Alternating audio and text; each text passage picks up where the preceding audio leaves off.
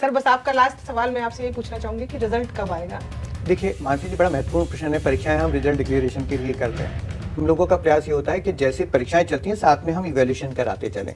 तो वो इवैल्यूएशन लगभग 8-10 दिन के बाद हमारा शुरू हो जाता है और ये चलता रहता है। और हमारा प्रयास ये होता है कि जितनी जल्दी भी हो, अगर हम परीक्षाओं का रिजल्ट घोषित कर सकें वो करें। So hello everyone, this is your Roshan भैया। तो सीबीएसई की तरफ से कुछ ऑफिशियल अपडेट्स आए हैं। यहाँ पे देख सकते हो सीबीएसई ने ये वाली सर्कुलर निकाली है, डेट देख लो, 12 मार्च लिखा भी होगा। तो क्या है सर्कुलर में आगे मैं आप लोगों को बताऊंगा। इससे पहले कुछ स्टूडेंट्स के कुछ कमेंट्स आए थे जो कि मुझे लगा कि इसके बारे में आप लोगों को बताना ज़रूरी है। कुछ बच्चे टेंशन भी ले रहे थे, तो चलिए मैं पहले इसके बारे में आप लोगों को बताता हूँ।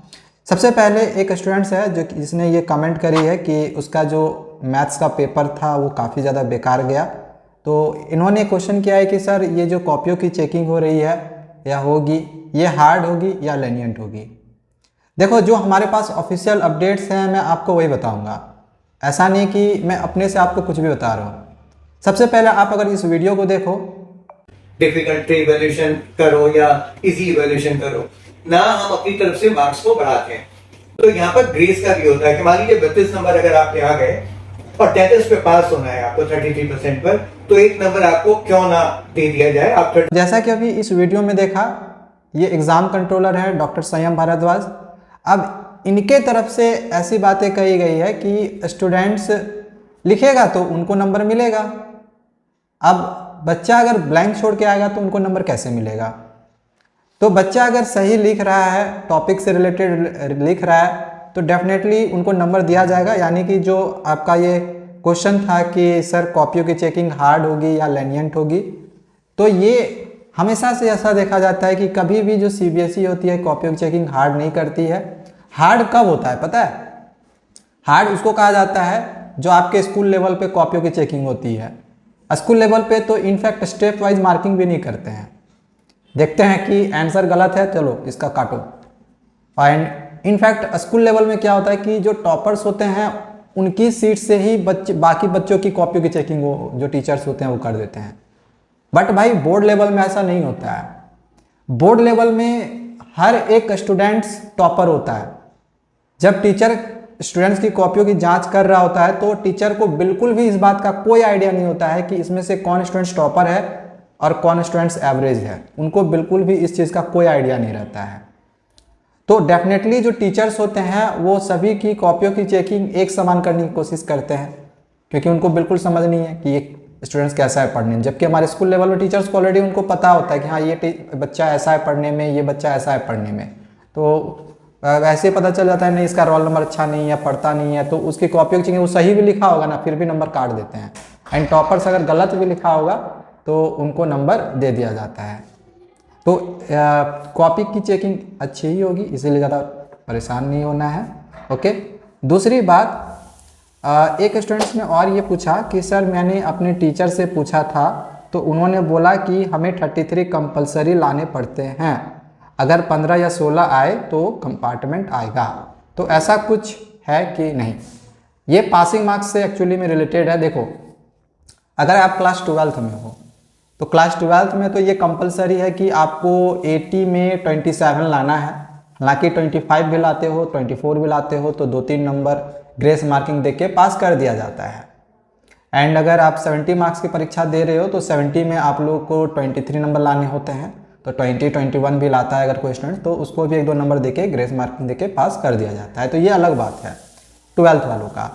10th वालों का बात करूं तो जैसे कि इन्होंने कहा, अगर आप 10th में हो और टीचर आपके स्कूल के अगर ये बोल रहे हैं कि 33 नंबर लाना कंपलसरी है, 15 या 16 नंबर लाएंगे तो आप फेल हो जाओगे, जो कि ये पूरी तरह से गलत है।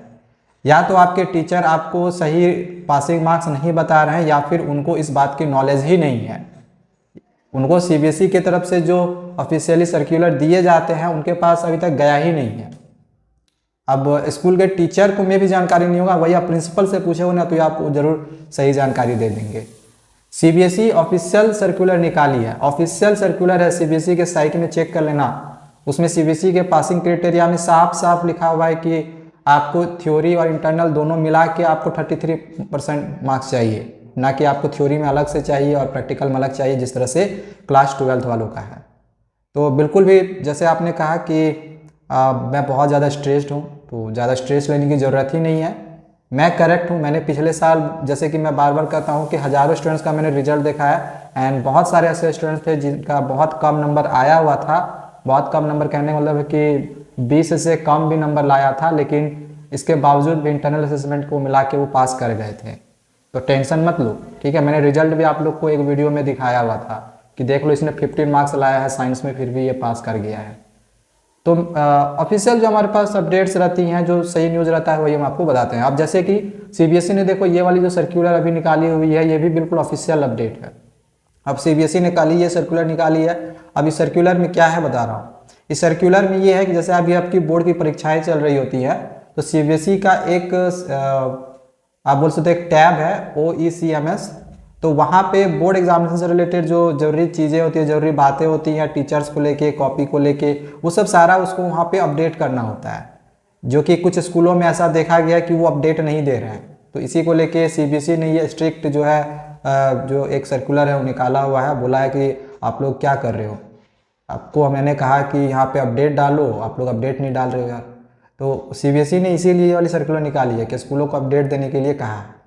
साथ ही साथ कॉपी चेकिंग वाला भी यहाँ पे आपका अपडेट मिल जाएगा, कॉपी की चेकिंग हो रही है नहीं हो रही है, क्या हो रहा है, आप कुछ डाल ही नहीं रहे हो OECMS पे। तो वही जो सीबीएसई है अपना सर्कुलर निकाल के स्कूलों को निर्देश दिया है कि जो भी चीज़ें आप कर रहे हो बोर्ड एग्जामिनेशन से रिलेटेड, तो उस चीज़ को आप यहाँ पे अपडेट करो। तो यही वाली सर्कुलर है, ठीक है।